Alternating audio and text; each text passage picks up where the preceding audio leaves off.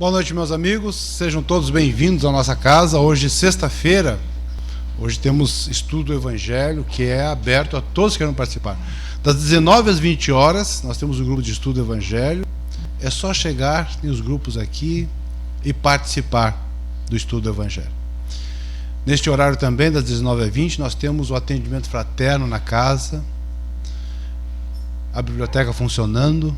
Então nós vamos dar continuidade às atividades da casa. Agora com a parte da exposição doutrinária. Para tal, convido a todos para fazermos a prece de abertura desta atividade.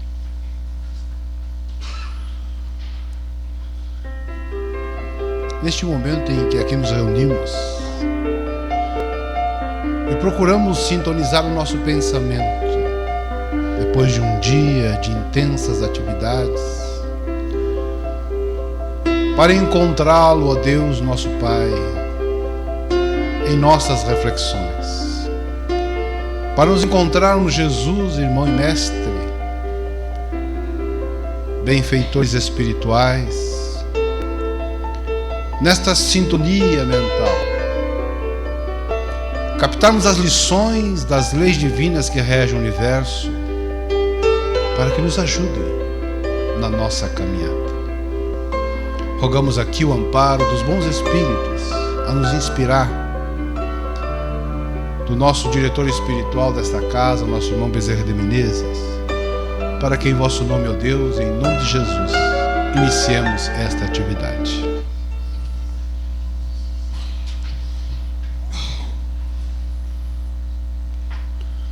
No ano de 1950, na Índia, estava o menino Bajansi com sua mãe. Quando esta lhe repreendeu e chamou a atenção devido ao que ele tinha feito, ele virou-se para a mãe e disse: não faça mais isto, porque se você fizer, eu vou embora para a casa da minha mulher. A mãe riu-se da maneira pela qual a criança se expressava e lhe disse: mas você é uma criança, como é que você pode dizer que vai embora para a casa da sua mulher, da sua esposa? Sim, eu o farei. E ele insistiu que tinha uma esposa, a tal ponto que despertou o interesse de Banerjee, um dos estudiosos das reencarnações ou dos casos sugestivos de reencarnação. E ficou conhecido aquele fato do menino, a tal ponto que o estudioso encontrou aquela que tinha uma ligação com a história que o menino contava e levou até a casa do menino. A mulher chegou, bateu, aonde o avô do menino atendeu, e ela disse: é aqui que mora Bajansi, o menino que diz que já viveu uma outra vida? E o senhor disse sim. E ela disse: pois eu sou a mãe dele, desta outra vida que ele disse que havia tido. E eu, sabendo da história, eu vim aqui para confirmar se é realmente o meu filho que está reencarnado hoje na sua família. Chame-o, que eu quero conversar com ele. Chamaram o menino então para que viesse ver aquela que seria a sua mãe da encarnação passada. E na Índia, uma das tradições é curvar-se diante da mãe e beijar-lhe as mãos ou os pés. E o menino correu, quando chegou ao portão, levou a mão e curvou-se diante da mulher, parou, olhou para ela e disse: não, você não é minha mãe, você é minha mulher. E ela disse: não, eu sou sua mãe. Não é não, você está querendo me enganar. Eu jamais esqueceria estes olhos. Se você diz que eu sou tua mulher, então diga algo que possa comprovar. Nesse interim, os vizinhos, que já haviam visto o movimento, já se aproximaram para saber o que estava acontecendo. E ele disse: eu vou te dizer algo que não é de cunho pessoal, mas certa feita você saiu de casa sem me avisar, e era costume dos maridos castigar as mulheres que lhes desobedecessem. E quando você voltou, eu lhe bati a tal ponto que lhe machuquei, cortando o cotovelo, o braço. Não é verdade? E ela disse: é verdade. Ela levantou a blusa e estava a marca ali ainda, a cicatriz do ferimento. Algumas conversas mais, e a mulher saiu dali. Os vizinhos perguntaram: e aí? É ele mesmo reencarnado? Disse ela: sim, aquele traste voltou. Allan Kardec, em O Livro dos Espíritos, vai questionar os imortais a respeito da reencarnação. Na questão do Livro dos Espíritos, o Livro dos Espíritos é um livro, é o primeiro livro da doutrina espírita. O livro que inaugura o Espiritismo para a humanidade, publicado por Allan Kardec no dia 18 de abril de 1857. Obra básica da doutrina espírita, que todo aquele que se interessa pelo Espiritismo deve estudá-lo. Estudá-lo, não simplesmente lê-lo, mas estudá-lo. Inclusive, nós temos um grupo de estudos do Livro dos Espíritos na casa aos sábados às 18 horas. Mas estudamos também esse livro nos outros demais grupos, porque o Livro dos Espíritos está incorporado em todos os grupos de estudos. E o Livro dos Espíritos é um livro formado de perguntas e respostas. Perguntas de Allan Kardec respondidas pelos imortais. E Allan Kardec, na pergunta 166, vai perguntar: aquele que não depurou-se nesta vida, aquele que não alcançou a sua perfeição nesta vida, que não desenvolveu-se intelectualmente, que não desenvolveu os sentimentos mais nobres, como pode fazê-lo? Allan Kardec faz a pergunta. E os espíritos vão responder: sofrendo a prova de uma nova vida. Mas Allan Kardec era danado. Na mesma pergunta, ele faz mais duas perguntas dentro da pergunta 166, porque ele quer saber se esta nova vida é o indivíduo se modificar. Porque quantas pessoas nós conhecemos que tinham uma determinada vida e hoje eles mudaram? Pessoas que mudaram, que têm hoje uma nova vida dentro desta mesma encarnação. Nós mesmos, aqueles que já, como eu, fizeram 30 e um pouquinho mais, vai analisar a própria vida e vai dizer: hoje eu tenho uma nova vida diante da vida que eu tinha. Então Allan Kardec vai questionar se esta nova vida é essa transformação que o indivíduo faz, porque os espíritos respondem sofrendo a prova de uma nova vida, se é isso que se refere.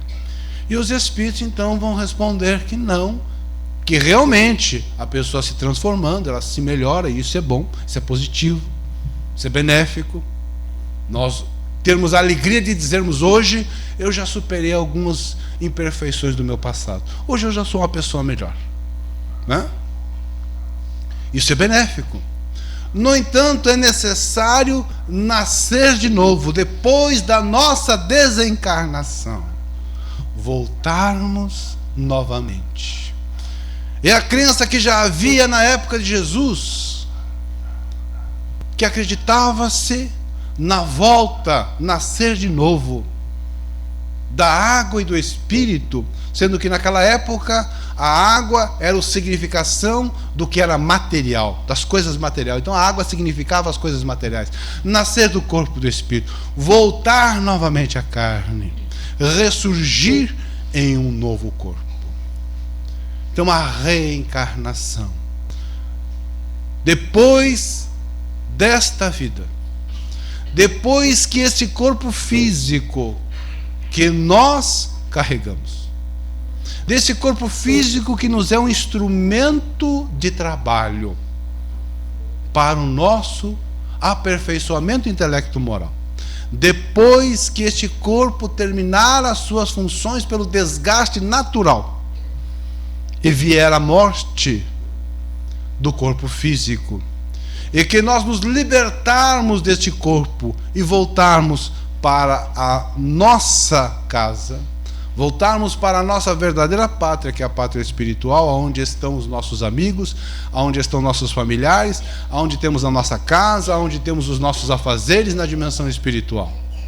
E voltarmos para lá, revermos a encarnação que tivemos, esse curso na Terra de alguns anos, analisarmos o que aproveitamos, o que deixamos de aproveitar, estudarmos e nos prepararmos para uma nova investida, que é chamado este período no plano espiritual, esse espaço de tempo de uma encarnação e outra de erraticidade.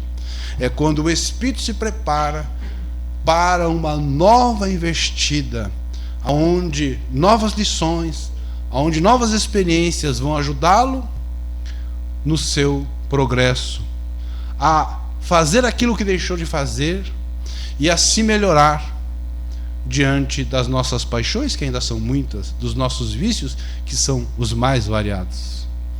Depois voltarmos novamente em um novo corpo, numa nova personalidade que será formada juntamente com os pais, com os familiares, para, vivendo esta experiência programada, atingirmos um degrau a mais na nossa evolução. Então a questão 66 do Livro dos Espíritos, os Espíritos vão, na sequência, dar essas informações, nos deixando claro, é necessário nascer de novo.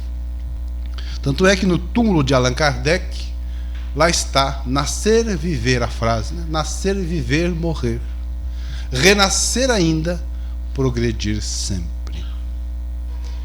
Progredir sempre. Avançarmos. Então a encarnação, a reencarnação vem nos trazer as informações e nos ajudar a entender a bondade de Deus, a justiça divina. A explicar a diferença que existe entre as pessoas. Ora, somos todos filhos de Deus, Deus é bom e é justo. Por que somos diferentes? Aonde está a causa das nossas diferenças? Tanto diferenças no campo intelectual, diferenças no campo moral.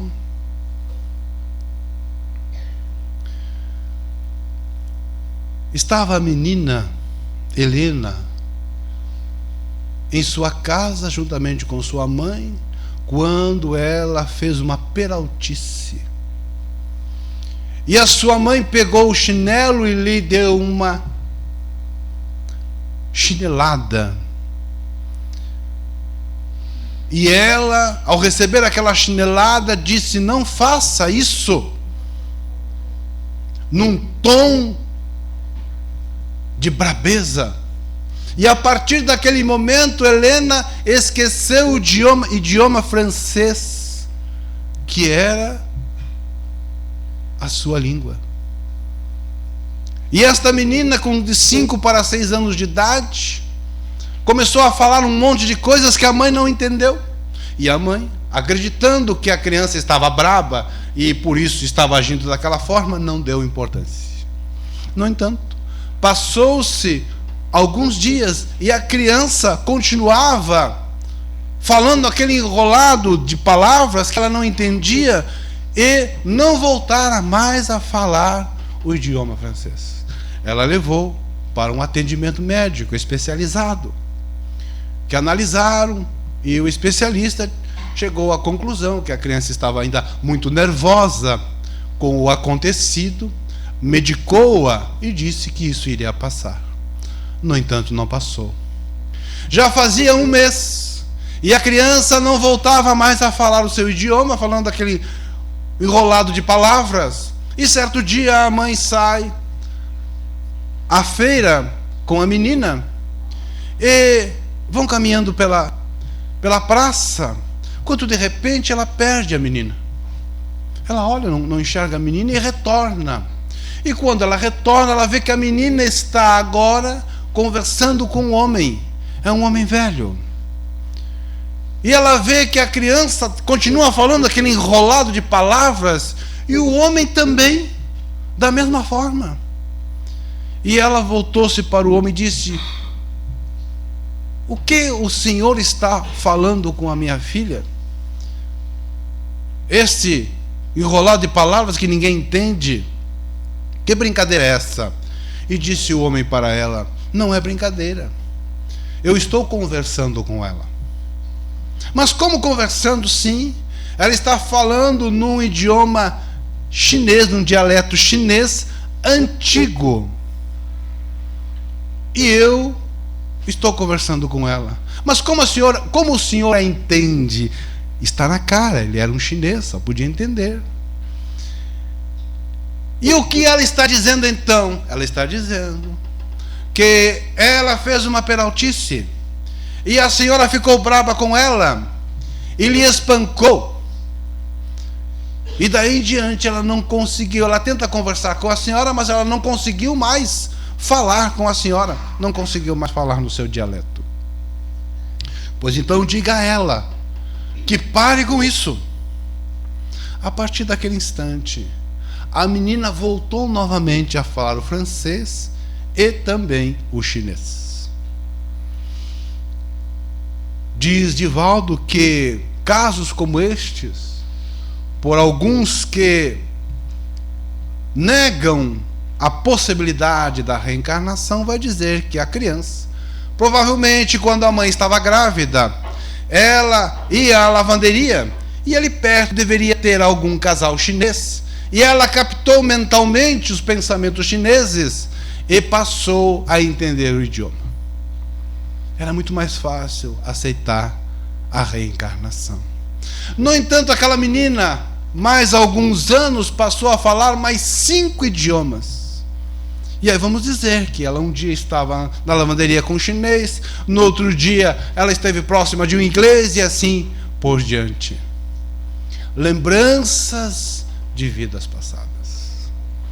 Retorna a mente, principalmente a mente infantil, porque neste período, vai nos dizer a doutrina espírita, o espírito está ainda completando a sua encarnação, que vai do zero até os 7 anos de idade, quando o corpo está em formação. Neste momento, o espírito ainda não está totalmente apoderado da organização física. É mais fácil para o espírito lembrar do passado. É mais fácil para o espírito entrar em contato com a dimensão espiritual. Muitas crianças veem espíritos, brincam com seus amigos imaginários, que muitas vezes é o próprio anjo de guarda que está com a criança, lhe protegendo, lhe dando atenção naquele momento.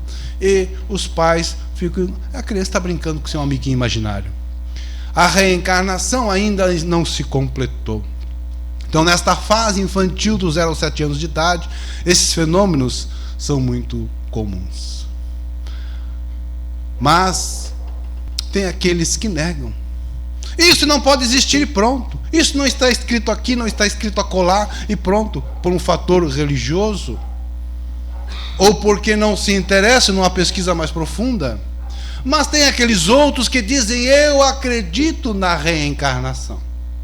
No entanto, no primeiro tormento, na primeira dificuldade, dizem: ah, meu Deus, mas por que isto comigo? Sinal que a crença é da boca para fora.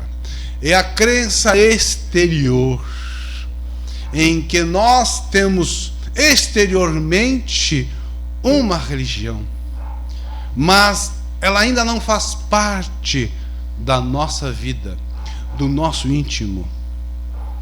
Porque aquele que realmente entende o processo da vida espiritual, a reencarnação, não vai dizer: ah, meu Deus, por que comigo? Vai dizer: e por que não comigo? Acontece com tantas pessoas. Quantos são os noticiários do dia a dia à nossa volta? Por que não comigo e somente com o meu vizinho? Se eu sou igualmente filho de Deus, e se eu estou neste planeta de provas e expiações, não é por acaso. Deus não se enganou de endereço quando disse: Leonardo vai morar lá na terra, vai ter essa encarnação lá na terra, lá em Uruguaiana, minha terra natal. Nasci em Uruguaiana há 52 anos atrás. Já faz, não acredito, é verdade.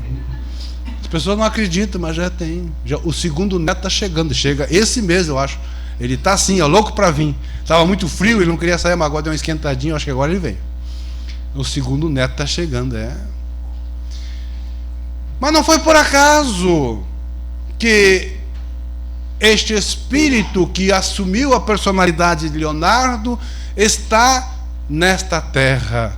Existe uma causa para isso, existe um motivo, porque na lei de Deus não há lugar para o acaso. Ah, mas por acaso? Certo escritor, dito espírita, escreveu em determinado livro: casamentos ocasisionais. Agora não saiu a palavra. Mas o casamento por acaso, né? Não existe. Não existe o acaso, não existe espaço para o acaso na lei de Deus. Tudo tem uma causa, tudo tem um motivo, porque senão Deus seria injusto. E Deus é perfeito e é justo.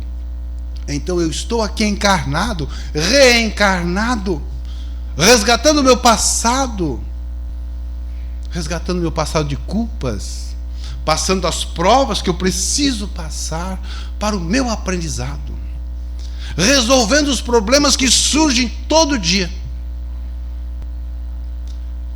Porque quando a gente consegue resolver um problema, nós nos desenvolvemos. Os problemas foram feitos para serem resolvidos, as provas foram feitas para que passemos, para que avancemos um degrau na nossa evolução. E quando resolvemos um problema, às vezes complicado, difícil, que surgem na nossa caminhada, que nos trazem muitas horas onde perdemos o sono, procurando intelectualmente entender e resolver aquela questão, que muitas vezes nos afetam o sentimento e nos trazem sofrimentos, angústias, amarguras, e depois de conseguirmos superar e nos sentirmos aliviados e nos sentirmos satisfeitos, porque através do nosso esforço nós conseguimos. Isso nos traz um grau de satisfação. Nós conseguimos resolver aquela situação através do nosso esforço, do nosso trabalho, da nossa dedicação, da nossa persistência, porque podemos resolvê-los. Deus é justo. Depois de resolvidos, nós sentimos aliviados, temos um tempo de descanso, e vem outro. Vem o outro um pouquinho maior. Diz um amigo assim: Jesus aperta um pouquinho mais o parafuso, porque agora nós temos condições de resolver um que é um pouquinho maior. Assim como na vida do desenvolvimento intelectual. Na escola, na primeira série nós fazemos os primeiros riscos, depois começam a haver problemas um pouquinho mais sofisticados, porque já estamos agora em condições de resolvê-los. Nós já temos um preparo para isso. Os jovens e até os adultos que jogam os games sabem que as primeiras fases é fácil de passar. Depois a gente vai aprendendo a passar a primeira fase, a segunda, e as fases vão ficando mais complicadas, bem mais difíceis. E aí é que fica bom, porque é um desafio para nós. Estamos sendo desafiados, porque agora eu já estou preparado para esse desafio que nos surgem na nossa caminhada. E Deus nos traz o amparo, a ajuda e a orientação para que não nos percamos nesta nossa caminhada, para que realmente nos firmemos no conhecimento da lei divina que rege o universo e é igual para todos. A lei é igual para todos. Foi na década de 70 do século passado que Kim Un-Yang nasceu. Este menino, na sua família, junto aos seus pais, quando Kim completou 2 para 3 meses de idade, a sua mãe está à beira do seu berço, e ele olha para sua mãe e diz: mamãe, eu lembrei que agora eu sei falar. A mãe tomou um susto e disse: Kim, parece que eu ouvi você falar. Ouviu sim, mamãe. A mãe desmaiou. Quando ela se recobrou e viu o que tinha acontecido, surpresa, porque um menino de 2 para 3 meses de idade. Quando a noitinha chegou o pai em casa, e a mãe disse: meu bem, eu quero te dizer uma coisa. Kim falou comigo hoje. O marido olhou para a mulher, como todo marido, compreendendo a esposa, né? Deve ter um dia de estresse. Ah, sim, claro, eu entendo, meu bem. E aí ele foi ver o menino, chegou à beira do berço do menino e disse: meu filho Kim, vamos ter que levar a sua mãe para fazer um tratamento. A sua mãe não está batendo bem. Sabe o que ela me disse? Que você falou com ela hoje. Ela está ficando louca. E o menino disse: está não, papai, eu falei sim. Foi a vez do pai agora desmaiar, porque um menino de 3 meses de idade falando, e ele não parou mais de falar. Quando Kim completou 4 meses de idade, ele disse para a mãe: mamãe, eu lembrei que eu sei escrever. E ela disse: não, você não sabe não. Sei sim, mamãe. E pediu um papel para escrever, e escreveu um poema que dizia: o céu está coberto de nuvens, e eu tenho certeza que as nuvens são remendos que Papai do Céu coloca nas calças dos anjos. Quando ele completou 9 meses de idade, escreveu o seu primeiro livro com versos.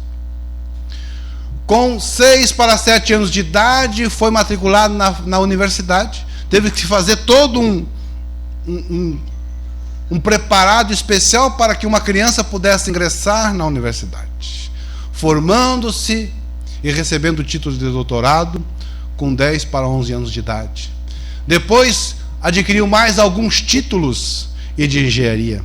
Aí está uma das passagens em que ele está sendo questionado por professores, procurando entender a mente daquele menino, que tornou-se inclusive no Guinness Book, que é o livro de recordes, como o mais alto QI alcançado. Recordações de vidas passadas.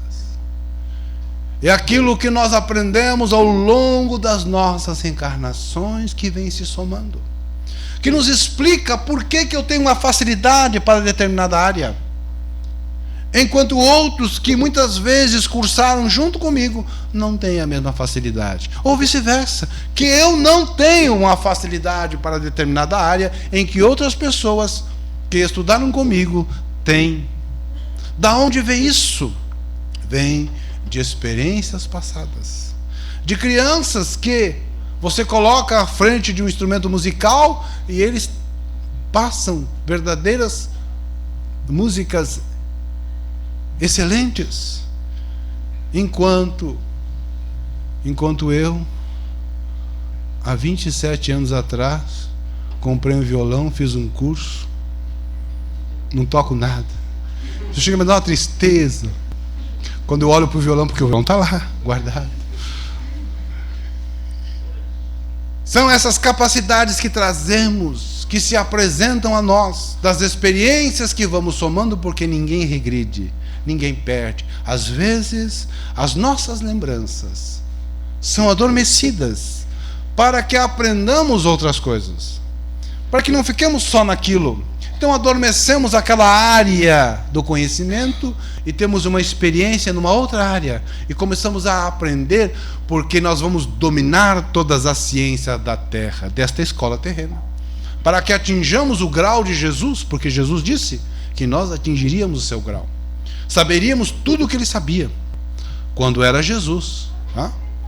Tudo o que ele fez, nós poderíamos fazer e muito mais. E para isso precisamos ter o domínio das ciências. E para isso precisamos reencarnar tantas vezes quantas for necessário para dominarmos todas as ciências que esta escola terrena nos é capaz de oferecer. E para, neste mesmo período, nos desenvolvermos no convívio com os demais. Aprendemos os valores, as virtudes, aprendemos a paciência, aprendemos o perdão, aprendemos a tolerância, a humildade no convívio, através das inúmeras encarnações. E vamos avançar iguais? Não. Aquele aluno mais aplicado, mais rapidamente atingirá os seus objetivos. Deus nos oferece a escola, nos dá os professores, os mestres. Quantos foram aqueles missionários que vieram à Terra, nos trazendo as lições? Dentre eles, Allan Kardec, que nos traz aí o Espiritismo, para que possamos aprender, estudar, nos melhorarmos, mas nos dá a liberdade, nos dá a capacidade de escolhermos por nós se queremos. A casa espírita oferece, não obriga ninguém. O Espiritismo não impõe nada. O Espiritismo expõe a doutrina, os conhecimentos das leis, para que nós, compreendendo a lei, tomemos as nossas decisões. Em nome do Espiritismo, jamais nós vamos dizer assim: você não pode beber bebida alcoólica. Em nome do Espiritismo eu não posso dizer isso, porque eu não tenho esse direito. Agora posso, em nome do Espiritismo, trazer o esclarecimento que a doutrina nos oferece para entendermos os malefícios de determinados comportamentos. Eu trouxe a bebida alcoólica, mas tantos comportamentos, a maledicência, falar mal do outro, não perdoarmos, enfim. O Espiritismo nos traz a informação que nos ajuda a compreender, para que eu decida o que é que eu devo ou não devo fazer, como é que eu devo ou não devo me comportar. E eu não tenho esse direito de julgar ninguém, porque eu não sei da vida dos outros. Dizem os Espíritos que eu precisaria conhecer os 200 encarnações de uma pessoa para poder fazer uma análise da sua vida. Porque eu não sei, nas últimas 200 encarnações, qual foi a sua evolução. Talvez tenha evoluído muito mais que eu. E eu estou querendo aqui apontar o dedo. Como nos diz Alberto Almeida, que estava no Encontro de Jovens, e uma das... Claro que existem certas regras, né, de comportamento em lugares. Por exemplo, nós estamos aqui dentro é, pela própria lei, proibido fumar. Se alguém fuma aqui dentro, nas dependências, não pode fumar. Então são algumas regras que existem para o bom relacionamento, né? E estava um encontro de jovens, chamado de Conjer, que são confraternizações de jovens. Os jovens se encontram anualmente, de várias cidades, se reúnem, estudam a doutrina, confraternizam. E uma das normas de comportamento, das regras do grupo, é que uma delas é não fumar no ambiente. E tem um encontro, e no pátio do local, uma escola onde tem um encontro, tem um jovem que está fumando. E aí o pessoal, o jovem está fumando, alguém vai ter que falar para ele, né? Temos regras, temos normas. E o Alberto Almeida, sendo na área da psicanálise, chamaram ele que tem um jeitinho mais para conversar com aquele jovem. E ele aceitou a missão, né? E ele foi, se encaminhou, o jovem estava lá, ele chegou, começou a conversar com o jovem, enfim, tal. E o jovem diz assim para ele: o senhor sabe que eu estou vindo aqui hoje? É a primeira vez que eu participo de um encontro desses. E o senhor sabe que eu fumo uma carteira de cigarro por dia? E hoje, se eu ver agora, já é passado meio-dia, é o primeiro cigarro que eu estou fumando. Eu não imaginava que eu conseguiria ficar uma manhã toda sem fumar. Então a gente às vezes analisa de uma forma distorcida. Quanto avanço teve aquele jovem naquele dia? E nós imaginando que ele estava quebrando uma regra terrível. Possivelmente, se ele conseguiu aquilo, ele conseguirá libertar-se do cigarro, porque é possível. Muitas pessoas se libertam do cigarro, assim como de todos os vícios, já que diz a medicina que o cigarro é um dos vícios mais difíceis da pessoa se libertar. E quantas pessoas a gente conhece, eu conheço, que se libertaram. Então qualquer vício nós podemos, através da persistência, nós vamos vencendo passo a passo, quando desenvolvemos o bem através das experiências que Deus nos oferece. Assim, meus amigos, a nossa reflexão de hoje, na oportunidade que estamos tendo nesta escola terrena, nesta nova encarnação, tão importante encarnação, dizem os Espíritos, a melhor encarnação que estamos vivendo. Porque nós somos capazes, estamos no meio de uma transição, saindo de um mundo velho que está terminando, de provas e expiações, para um mundo de regeneração que está aí. Diz Bezerra de Menezes, estamos na madrugada do novo dia. A noite, ou seja, aquele período mais difícil da Terra, já passou. Nós estamos na madrugada, o dia está amanhecendo para uma nova virada no planeta Terra. Que tenhamos nós a oportunidade divina de reencarnarmos nesse planeta. E não temos que ir para um planeta inferior para domarmos ainda as nossas imperfeições. Que aproveitemos esta encarnação